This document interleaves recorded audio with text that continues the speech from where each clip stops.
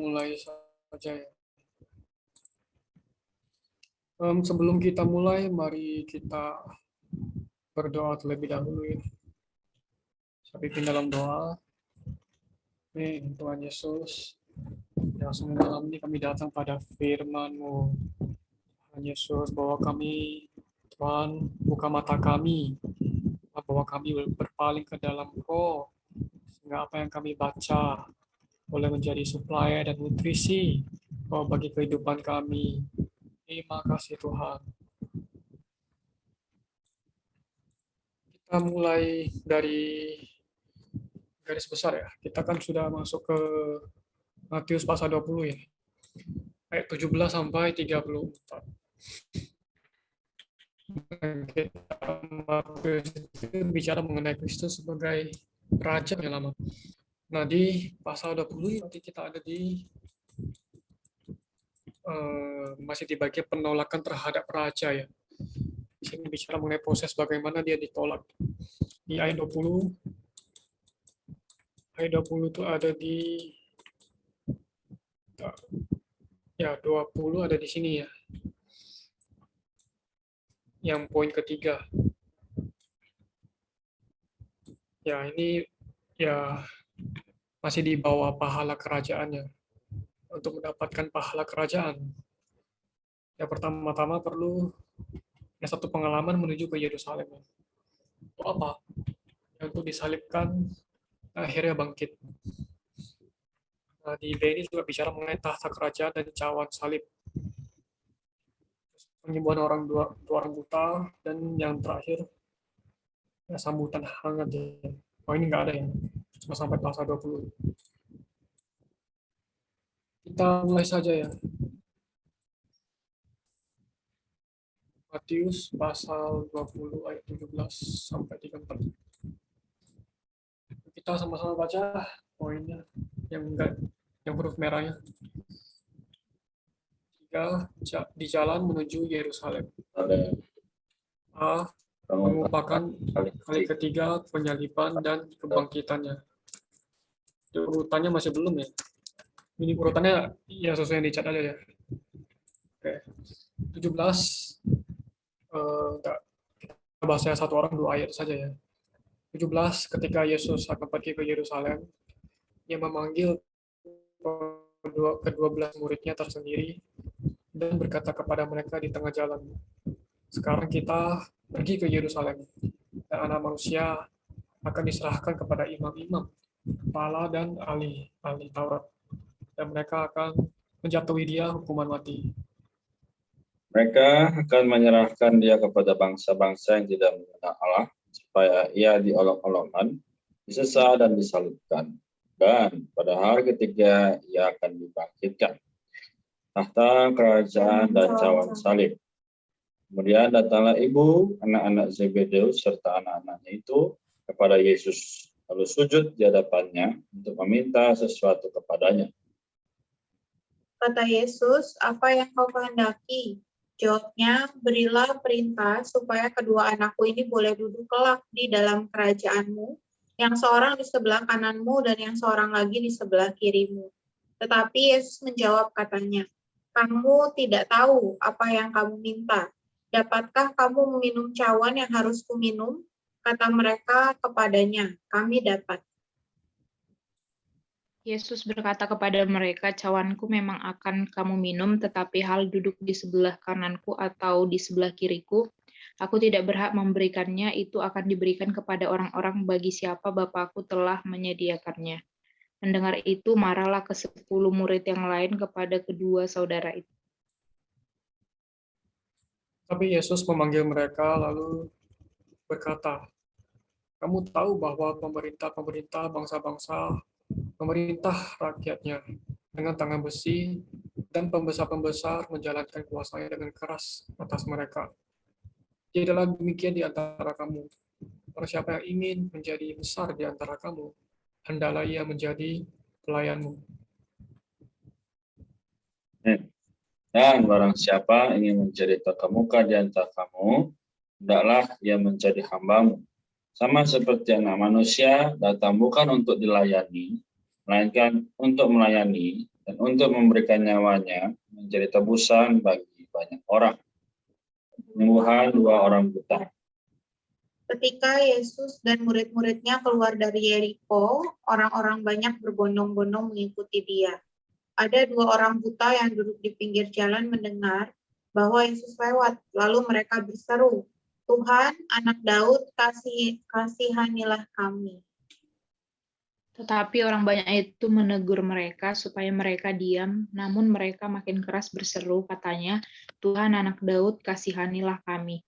Lalu Yesus berhenti dan memanggil mereka. Ia berkata, "Apa yang kamu kehendaki supaya aku perbuat bagimu?" Ketika jawab mereka, "Tuhan, supaya kami dapat melihat." Maka tergeraklah hati Yesus oleh belas kasihan. Lalu ia menjamah mata mereka dan seketika mereka melihat lalu mengikuti dia. Baik, kita sudah selesai. Dari posisi pembacaan ini, apakah ada yang mau sharing? Mungkin ada satu ayat yang terjamah. Ada yang mau coba? Yang aku dapat bahwa dalam pembacaan ini ada 3 tahap ya, yaitu pertama mengenai pengungkapan kali ketiga penyaliban dan kebangkitannya, tahta kerajaan dan cawan salib, lalu penyembuhan 2 orang buta. Jadi semua ini ternyata kalau dibaca memang sepertinya tidak berkaitan, tapi dalam makna rohaninya sangat berkaitan ya. Jadi kalau aku lihat di sini di ayat yang ke-19, "Mereka akan menyerahkan dia kepada bangsa-bangsa yang tidak mengenal Allah, supaya ia diolok-olokkan, disesah, dan disalibkan, dan pada hari ketiga ia akan dibangkitkan." Nah di sini ketika aku baca ya, memang ini ada nubuat ya. Jadi ini adalah bagaimana Tuhan nanti untuk ketiga kalinya dia menyatakan penyaliban dan kebangkitan. Jadi yang aku lihat bahwa hari ini bagaimana kita melihat ayat ini, apa yang harus kita kerjakan ketika melihat ayat ini ya. Jadi yang aku lihat adalah di ayat-ayat setelahnya banyak situasi yang terjadi ya, yang membuat rasanya kehidupan Tuhan Yesus di muka bumi itu seperti diperlukan banyak orang tapi juga tidak diperlukan ya. Jadi kalau aku lihat di ayat 20 dibilang, "Kemudian datanglah ibu anak-anak Zebedeus serta anak-anaknya itu kepada Yesus, lalu sujud di hadapannya untuk meminta sesuatu kepadanya." Jadi kalau dilihat secara fakta, ibu anak-anak Zebedeus ini ya dia tiba-tiba datang aja gitu, padahal ya karena mungkin dia sudah mengumumkan bahwa dia akan disalibkan. Jadi ketika ibu anak-anak ini datang ya, dia tiba-tiba langsung meminta tanpa ya belum pernah bekerja sama dengan Tuhan ya, atau belum pernah melayani Tuhan, tapi tiba-tiba dia datang meminta. Kondisi ini juga ada kaitannya dengan manusia hari ini. Ya, manusia hari ini terkadang kita nggak bisa pungkiri ya, aku juga dulu sebelum ya mengenal kebenaran ini, aku melihat ya kan Tuhan telah menyelamatkan aku, ya berarti Tuhan harus menyediakan segala sesuatunya bagiku gitu. Tapi teman-teman, malam ini aku kembali bersyukur bahwa Tuhan adalah Allah yang memberikan terang gitu ya. Jadi dia sebagai terang itu sendiri terus menyatakan sampai hari ini di dalam ayat ini kembali juga menegur, kembali mendorong supaya aku ada satu persembahan, yaitu persembahan diri ya. Jadi kalau kita baca kemarin di pasal sebelumnya, katakan jika engkau mau mengikut aku, ya engkau harus menyangkal diri, pikul salib ya. Jadi sekali lagi ini adalah perkara yang berkesinambungan ya. Jadi kalau kita hari ini ada menyangkal diri, kita pikul salib, maka ya Tuhan akan bisa mengerjakan lebih banyak gitu. Tapi kalau sehari ini aku nggak mau, ya maka aku akan seperti ibu itu, ayat yang ke-20, minta aja, tapi tidak ada yang aku berikan kepada Tuhan. Nah, maka Tuhan ya, sulit untuk bekerja gitu ya. Haleluya. Jadi itu yang aku dapatkan. Semoga itu juga bisa membantu kita semua.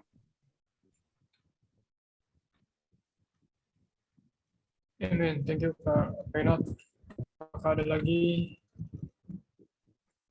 yang mau sharing?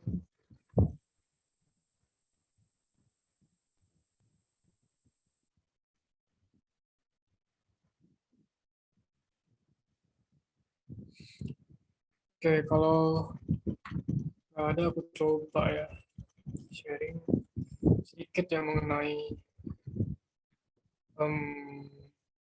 hamba ya di sini. Di sini dikatakan eh,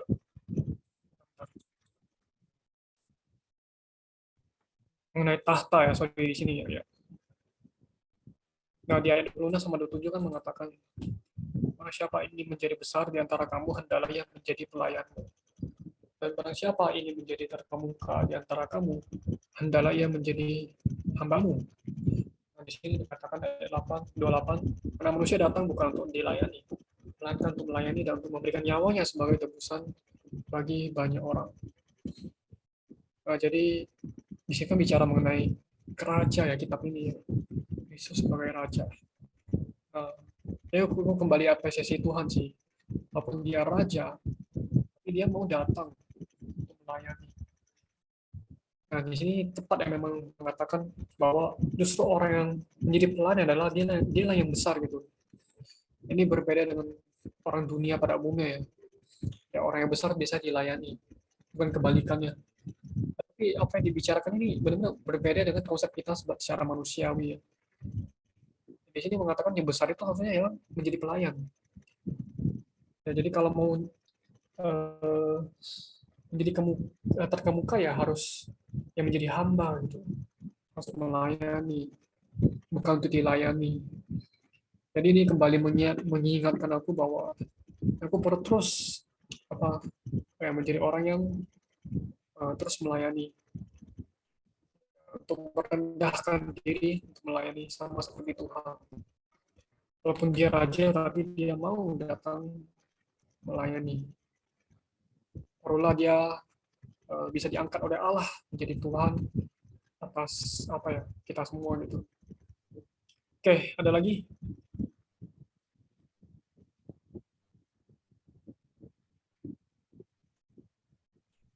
Apakah ada? Kalau saya hitung sampai 3 ya. 1, 2, 3. Oke, kalau nggak ada nggak apa-apa. Ya sebenarnya yang seperti Kak Rena katakan benar ya.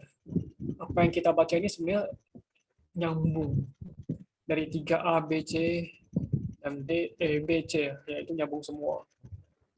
Nah, di sini jalan menuju ke Yerusalem. Jadi apa maksudnya jalan menuju ke Yerusalem? Yang mungkin di bayangan para murid-murid jalan menuju ke Yerusalem itu ya Tuhan mau dinobatkan menjadi raja, menjadi pemimpin bangsa Israel, orang Yahudi ya. Karena kan di pasal sebelumnya 17 mereka sudah melihat ya Tuhan transfigurasi di gunung pengubahan. Di situ Tuhan kelihatan kemuliaannya ya. Mereka mungkin ada satu konsep yang salah ya mengenai Tuhan itu akan menjadi raja secara alamiah ya, tapi bukan itu yang dimaksud. Di sini jalan menuju ke Yerusalem artinya jalan untuk menuju penderitaan. Karena Tuhan tahu bahwa dia ke situ adalah untuk disalibkan. Dan setelah disalibkan dia baru akan bangkit. Nah ini sudah diungkapkan 3 kali. Tetapi masalahnya murid-muridnya masih belum paham. Masih buta ya. Seperti tadi kita baca ini. Mereka masih melihat jalan yang sebenarnya. Jadi untuk menjadi raja, ya untuk mendapatkan tahta kerajaan, ini juga berkaitan dengan pengalaman kita. Tuhan harus melalui salib bangkit, baru diangkat, dilantik menjadi raja. Hari ini kita juga sama. Kita juga perlu melalui salib bangkit. Nah, baru kita boleh mendapatkan pahala kerajaan. Nah, di sini kan bicara mengenai tahta kerajaan dan cawan salib ya. Ya, benar gitu. Kalau mau berbagian dalam tahta kerajaan, kita perlu meminum cawan. Cawan apa? Cawan salib, cawan penderitaan. Artinya kita perlu siap menderita ya bagi Tuhan, bahkan mati martir bagi Dia, bahkan memberi nyawa ya bagi orang-orang yang kita layani gitu. Ya, jadi disinilah kita melihat bahwa jalannya bukan apa namanya seperti biasa yang kita tahu ya, tapi jalannya adalah salib, penderitaan. Makanya kita lihat ketika di ayat 20 ini, boleh nggak anaknya duduk di tahta, di dalam kerajaan di sebelah kanan dan sebelah kiri. Ini sebenarnya ada berbicara mengenai ambisi ya, yang menjadi besar ya di antara semuanya. Dan mendengar itu ya 10 murid yang lain yang marah lah. Ada di sini kita bisa melihat ada perselisihan, ada persaingan antara murid-muridnya yang ingin menjadi yang terbesar. Ini menjadi nomor satu. Ya, ini adalah bukti bahwa mereka itu masih buta, masih belum melalui salib, masih belum paham apa yang dimaksud Tuhan. Walaupun sudah 3 kali diungkapkan. Ya, oleh karena itu kita mohon ya, sama seperti orang yang di sini katakan bahwa Tuhan, supaya mata kami dapat melihat. Ya hari ini sebenarnya ini adalah penyakit banyak orang ya. Banyak orang itu sakit ya. Sakit apa? Buta secara rohani. Ingin berambisi, ingin menjadi besar, paling besar. Tapi nggak mau melalui jalan salib. Nggak mau melalui penderitaan. Nggak ada penderitaan, yang nggak ada kebangkitan. Yang nggak ada kebangkitan, yang nggak ada yang namanya pahala kerajaan untuk kita dapatkan. Ya, oleh karena itu malam ini mohon kita mohon belas kasihan Tuhan supaya Tuhan menjamah mata kita sehingga kita bisa melihat jalan mengikuti Dia itu bagaimana. Itu jalan salib, menempuh jalan salib. Nah, baik, kita sampai di sini. Mungkin ada yang boleh bantu untuk kita tutup dalam doa. Aku boleh kok. Ya, okay. Mari kita bersatu dalam doa. Terima kasih Tuhan, kembali kami bersyukur buat anugerah-Mu Tuhan. Terima kasih buat firman-Mu yang sudah sama-sama kami dengarkan. Biarlah firman-Mu Tuhan boleh berakar, bertumbuh, dan berbuat di dalam kehidupan kami. Engkau memberkati ya Tuhan untuk kami yang ada di room Zoom ini. Berkati ya Tuhan, Ko Evi, Ko Renard, dan Ci Maria ya Tuhan. Berkati dalam pelayanan, dalam pekerjaan, dan diriku juga Tuhan di dalam kesehatan setiap kami juga Tuhan, senantiasa Engkau yang memberikan kami kesehatan ya Tuhan. Terima kasih Tuhan, kami mau menyerahkan waktu kami ke depan juga ke dalam tangan-Mu. Di dalam nama Tuhan Yesus kami berdoa. Amin. Amin, thank you Eva. Sambilnya boleh foto ya Kak Renat.